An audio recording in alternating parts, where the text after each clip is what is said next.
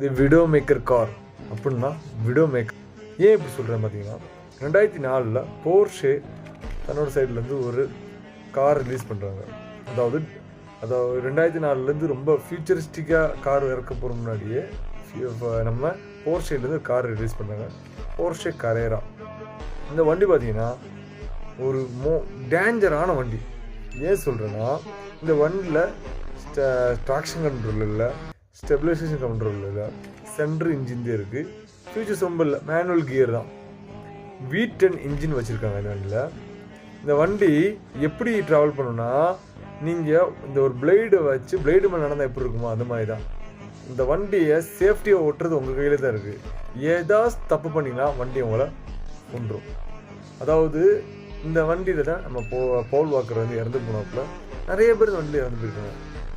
பார்த்தீங்கன்னா இந்த வண்டி வந்து சென்டர் ஆஃப் இன்ஜின் இருக்கனால ஏதோ ஸ்டேனிங்கில் நீங்கள் வண்டியை வளைக்க போகிறீங்கன்னா கரெக்டாக நீங்கள் ஆக்சிலரேஷன் பண்ணலைன்னா வண்டி ஸ்பின்னிங் ஆகிட்டு வண்டி கைவிட்டு போயிடும்.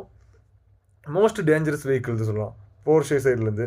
அதாவது போர்ஷே டெஸ்ட் டிரைவரே சொல்லியிருக்காரு இந்த வண்டி எனக்கே பயம் கொடுத்துச்சுப்பா அப்படி சொல்கிறார். அவர் எவ்வளோ வண்டி டெஸ்ட் பண்ணி பாரு தெரியல, ஆனால் அவரே சொல்லியிருக்காரு இந்த வண்டி எனக்கே பயம் கொடுத்துச்சுன்னு. வண்டியோட ஆர்பிஎம்னு பார்த்தீங்கன்னா